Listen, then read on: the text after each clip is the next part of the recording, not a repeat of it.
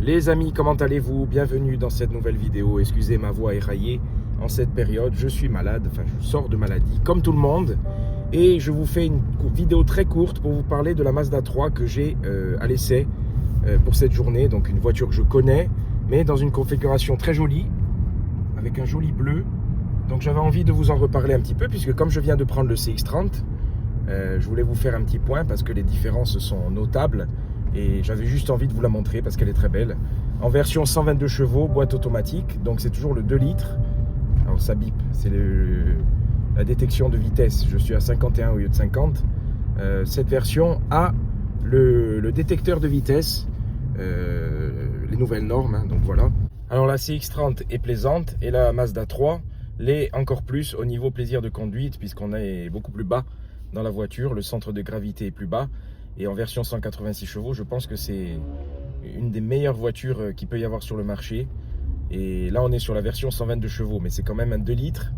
Une voiture que j'ai connue par le passé. Les vidéos sont disponibles sur la chaîne. Et je suis impressionné parce que pour 122 chevaux, c'est une voiture, on dirait qu'elle en a 150, quoi. Donc c'est vrai que c'est quand même surprenant. N'hésitez pas à me partager votre avis, hein. Et d'ailleurs, je vous remercie pour toutes vos réactions sur les deux vidéos Mazda. Je ne pensais pas que ça allait plaire autant, donc c'est pour ça que je continue sur la lignée. Comme ça on clôture un petit peu la période Mazda. Un plaisir de conduite décuplé, on est beaucoup plus bas, donc le châssis est remarquable et le confort est tout aussi bon. La position de conduite est très différente. Celle-ci elle fait encore plus neuve que le mien, alors qu'elle a quand même, elle est de 2022 aussi, et elle a que 30 000 km, disponible à la vente. Alors voilà, je suis sur le parking de Géant Casino, avec Angélus, le téléphérus, qui nous passe au-dessus de la tête, et la Mazda 3. Alors il y a eu cette pluie portée par le sirocco, chargée de particules, qui a sali toutes les voitures hier, donc c'est pas grave, ça, le bleu ressort quand même, elle est très très belle. C'est pour ça que je voulais vous la montrer rapidement. Je vous mettrai une photo quand vous les mettez à côté. La garde au sol, la différence n'est pas énorme, mais elle y est, hein, mais bon. Voilà, c'est surtout au niveau de la garde au toit et pour les passagers arrière que la voiture change, que l'habitabilité change radicalement. Voilà, là on est sur le Skyactiv G et non pas X, qui ronronne tout autant. Alors je cherchais le bouton de coffre, il est caché ici. On n'est pas sur un coffre électrique. 330 litres, mais ça paraît plus. Donc il y a quasiment 100 litres en moins que le CX-30, mais bon, je les vois pas vraiment. Donc d'ailleurs, j'aime bien regarder la planche qui s'ouvre, qui se coupe en deux. L'arrondi de l'arrière de cette Mazda 3, il est incroyable.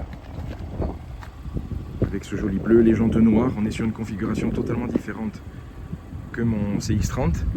Au niveau des pneus, on est sur des Michelin Pilote Sport en 215 45 18. Donc une monte un petit peu plus dynamique. Et ça se ressent au niveau plaisir de conduite, elle est vraiment au summum. Alors les feux sont différents également. Je ne pense pas qu'on soit sur des full LED, on n'est pas sur la plus haut de gamme. Et la calandre change parce qu'elle n'est pas chromée. Voilà, on est sur une partie noire. Donc je tenais à vous la montrer parce que j'aime beaucoup ce bleu, même si elle est poussiéreuse. C'est pas grave, je vous ai déjà parlé de la Mazda 3. C'est juste pour vous montrer la voiture, puisque je vous ai parlé du CX-30 récemment. L'intérieur diffère légèrement.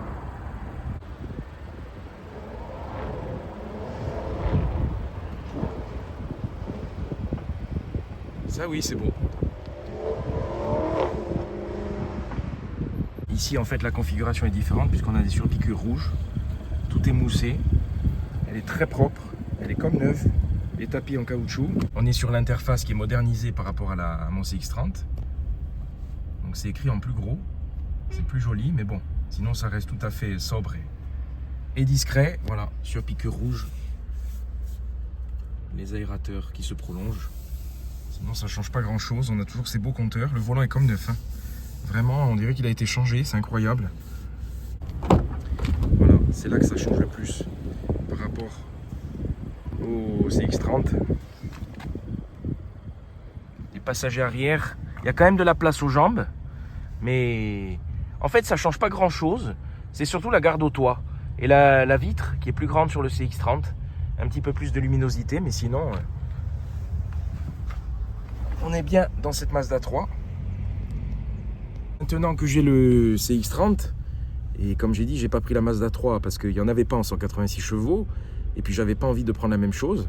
Et puis maintenant que je reconduis ça, je me dis quand même, niveau dynamisme, c'est un plaisir supplémentaire. Après, voilà, la grosse différence, c'est l'habitabilité, surtout au niveau de l'arrière. Sinon, franchement, c'est quand même équivalent. Elle est un petit peu plus ferme. Le 122 chevaux est un petit peu plus poussif. On est quand même sur un 4 cylindres de litre atmosphérique. Je crois que c'est 213 Nm de couple.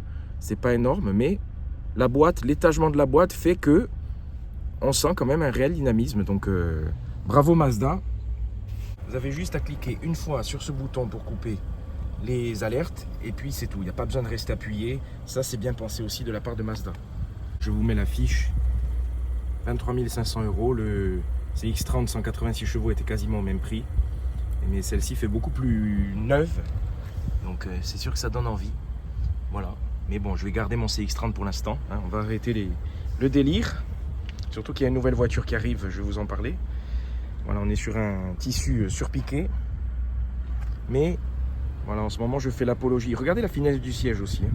C'est quand même surprenant. Hein. On se croirait dans un Recaro d'avion. Je fais l'apologie de Mazda en ce moment. Voilà, je suis dans ma phase Mazda et c'est vraiment un pur bonheur. Donc, c'est vraiment une des voitures plaisir. Regardez comme l'avant est plongeant. Alors, il est beaucoup plus bas que celui du CX-30, forcément.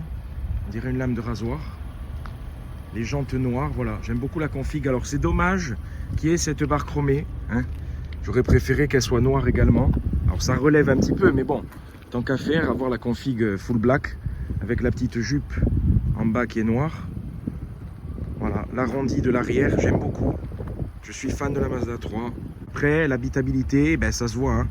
On le voit de suite qu'à l'arrière, faut descendre dedans. Voilà, Angélus. Téléphérique ajaxien pour aller de là-bas à là-bas.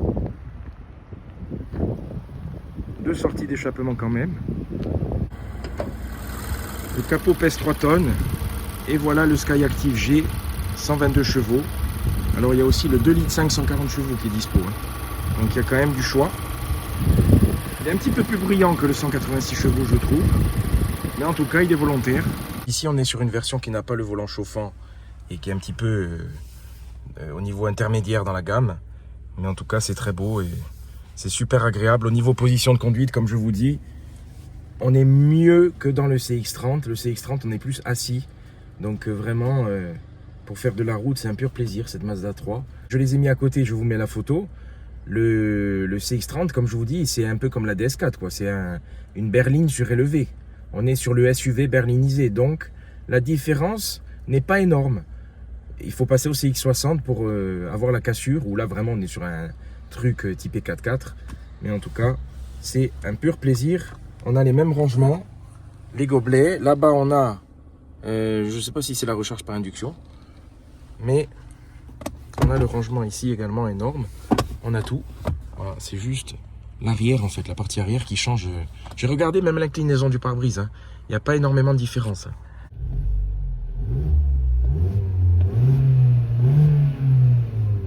La sonorité est vraiment super agréable. Je trouve que les ressemblances entre la Mazda 3 et le CX-30, ça en fait vraiment un choix cornélien.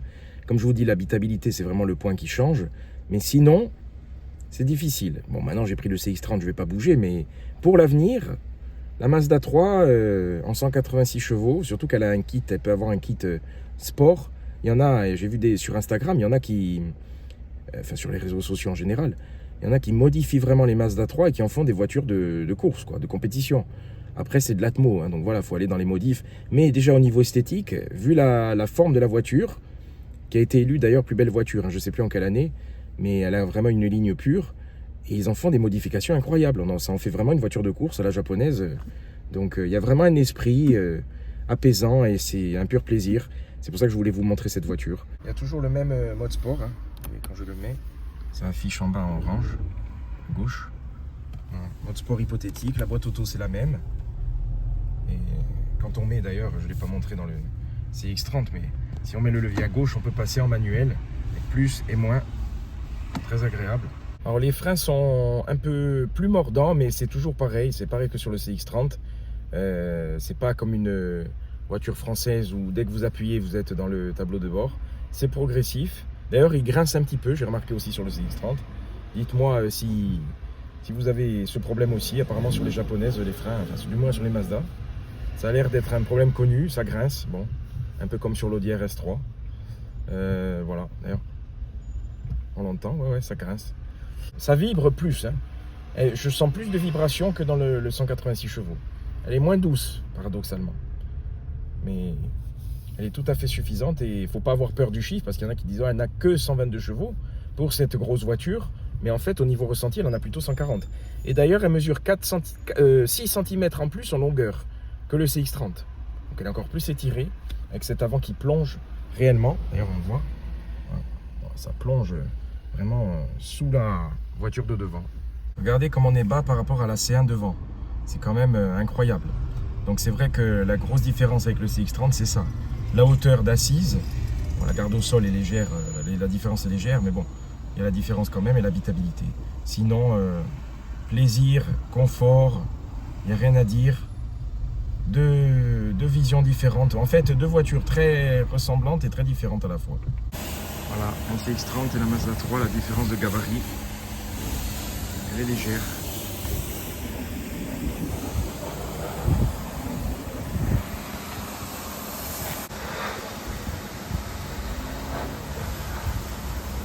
Donc voilà, c'était une vidéo très courte pour vous montrer cette Mazda 3 dans ce joli coloris, cette belle config. Je vous mettrai le lien vers les vidéos du passé, je crois que c'était il y a 3 ans, hein, où je parlais de la Mazda 3. Et voilà, dites-moi ce que vous en pensez, si vous êtes plutôt Mazda 3 ou CX-30 ou une autre de la gamme, puisque je vois qu'il y a un vrai engouement Mazda et ça fait plaisir. Surtout que chez Mazda, on aime le thermique, donc voilà, que ce soit en 122, en 140 ou en 186 chevaux. Donc je vous remercie d'avoir regardé cette vidéo. Je regarde vos commentaires et puis à bientôt pour la suite avec la nouvelle voiture.